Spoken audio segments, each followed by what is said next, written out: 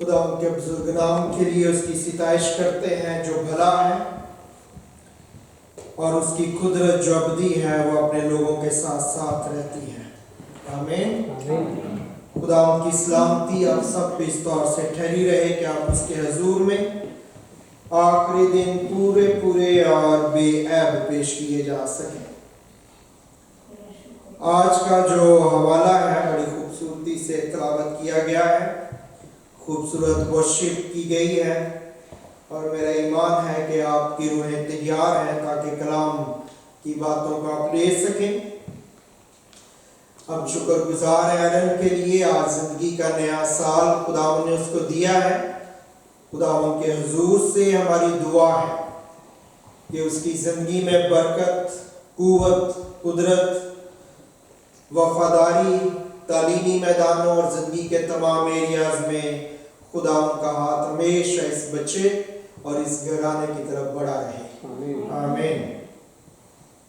آج جو بات چیت ہم کرنا چاہتے ہیں، ایک دفعہ پھر سے 2 ہفتے پہلے کلام کی بات چیت ہم نے کی تھی کہ خداوند یسوع مسیح جو ہے وہ پیرابلز میں کیوں باتیں کیا کرتے تھے، تماثیل وہ کیوں کہا کرتے تھے۔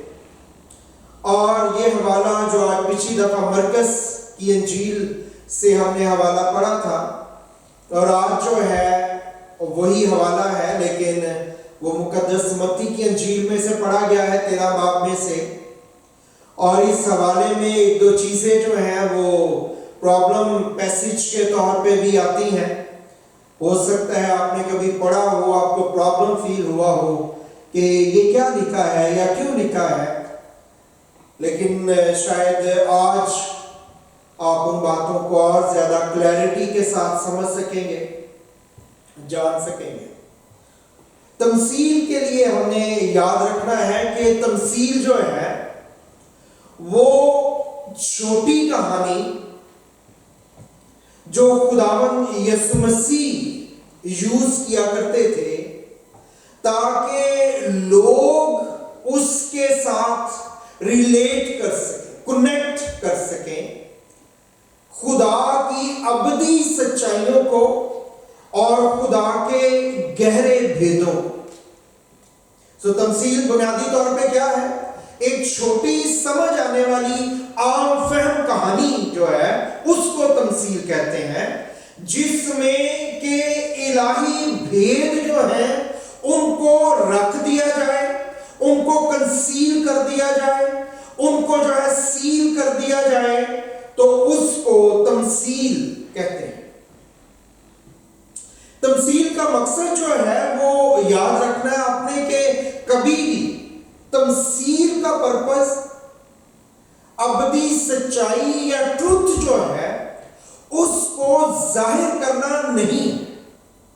تمثیل کا مطلب یا تمثیل کا مقصد جو ہے، پیرابلز کا میننگ جو ہے وہ یہ ہے کہ جو سچائی ہے، ٹروتھ ہے، اس کو ہائڈ کیا جا سکے، اس کو چھپایا جا سکے اس وقت تک جب تک کہ لوگ اس کو ڈسکور نہیں کر لیتے۔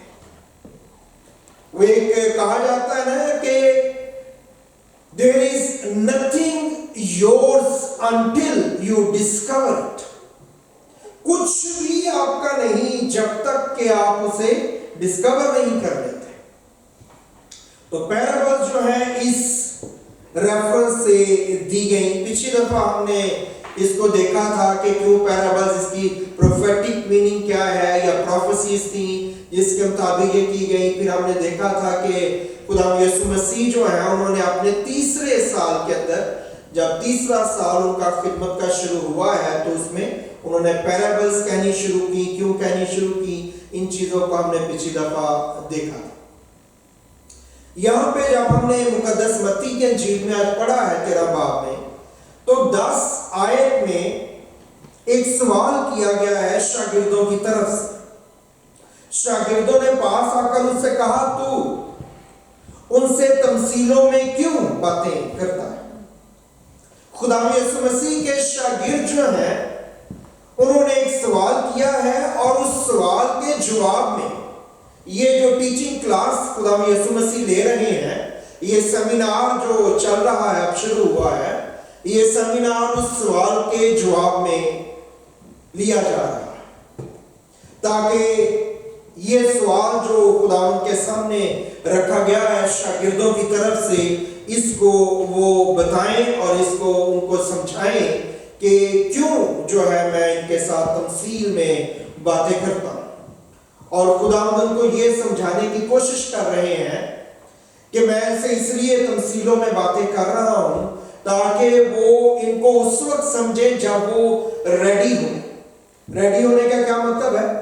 جب وہ راضی ہو کہ انہوں نے ان کو سمجھنا ہے تو وہ ان باتوں کو سمجھیں۔ پھر یہاں پہ جو بات چیت جاری ہے، اس بات چیت کو انیشیٹ کس نے کیا ہے؟ شاگردوں نے۔ سوال کن کا تھا؟ شاگردوں۔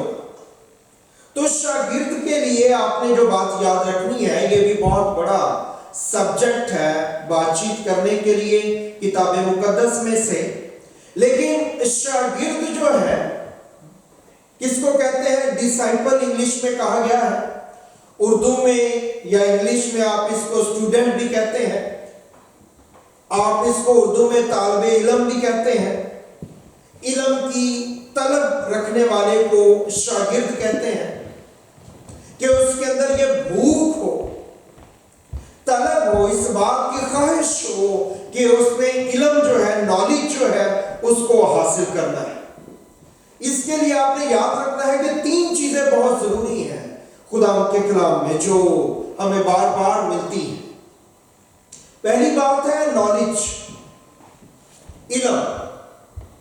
نالج کیا ہوتا ہے؟ انفارمیشن کو آپ نالج کہتے ہیں۔ کسی بھی قسم کی انفارمیشن جب مجھے ملتی ہے تو میں اس کو کیا کہتا ہوں؟ مجھے کیا ملا ہے؟ نالج ملا، علم ملا۔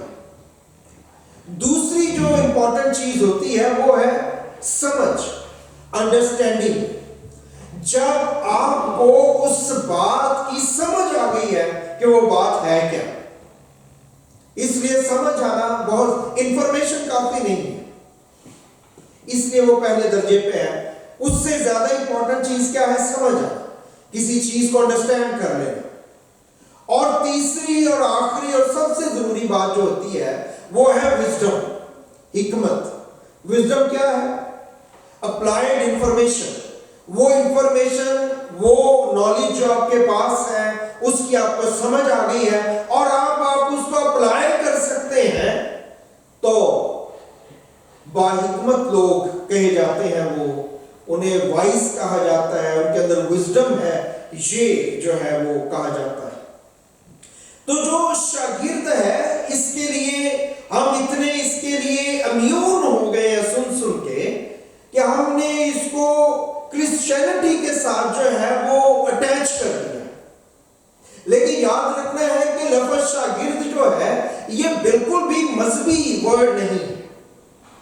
شاگرد جو ہے یہ مذہبی بات نہیں، یہ عام بات، جو علم حاصل کرنے والے لوگ ہیں، جن کے اندر اس بات کی خواہش، تو ان کو شاگرد، جیسے جو گانے بجانے میں اسٹوڈنٹس ہوتے ہیں ان کو کیا کہا جاتا ہے؟ یہ استاد ہے اور یہ ان کا شاگرد ہے۔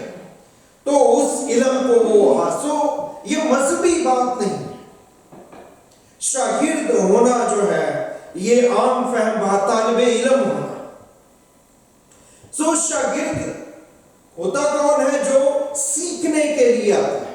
اب یہاں پہ اگر آپ 13 باب پڑھیں تو اس کی پہلی اور دوسری آیت پڑھیں تو کلام میں آپ کو پتا چلے گا کہ وہاں پہ لکھا ہے، اور اس کے پاس ایسی بڑی بھیڑ جمع ہو گئی کہ وہ کشتی پر چڑھ بیٹھا اور ساری بھیڑ کنارے پر کھڑی رہی۔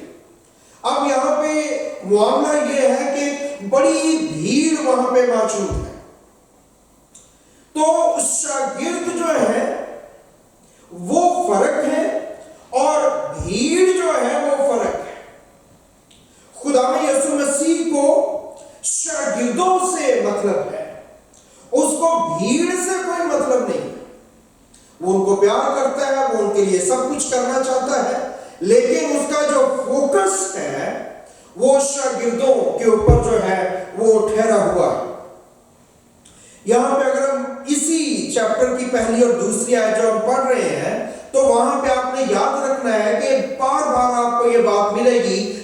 بڑی بھیڑ خدا یسوع مسیح کے ساتھ چلتی تھی، اور اس بھیڑ کا مقصد کیا ہوتا تھا؟ یہ وہ لوگ ہوا کرتے تھے جو خداوند سے مفت چیزیں لینا چاہتے ہیں، یہ چاہتے ہیں کہ خدا ان کو مفت جو ہے وہ پرووائڈ کرے۔ خدا یسوع مسیح نے بھی کہا کہ تم اس لیے میرے پیچھے نہیں ہو کہ تم نشان دیکھو، بلکہ اس لیے کہ تمہیں جو ہے وہ روٹیاں ملی ہیں۔ وہاں پہ لفظ معجزہ یوز ہوا ہے، تم اس لیے میرے پیچھے نہیں ہو کہ تم نے معجزے دیکھے، اصل ورڈ ہے نشان، سائنس دیکھے ہیں، سائنس اینڈ ونڈرز دیکھے ہیں تم نے، بلکہ تم اس لیے میرے پیچھے ہو کہ تم نے روٹیاں جو ہے تمہیں ملی ہیں۔ تو بھیڑ جو ہے وہ اس لیے پیچھے ہے خداوند کے کیونکہ ان کو مفت چیزیں ملی ہیں، اور یاد رکھنا ہے کہ خدا کبھی بھی اپنے الہی بھید مفت نہیں دیتا۔ اس چیز کو آپ ایک پرنسپل کے طور پہ یاد رکھیں، آپ اس کو ایک جو ہے وہ چابی کے طور پہ یاد رکھیں کہ خدا اپنے الہی بھید مفت نہیں دیتا۔ آپ کے ذہن میں سوال آ رہا ہوگا شاید کہ کلام میں لکھا مفت پایا ہے اور مفت دے دو، یہ فرق بات ہے۔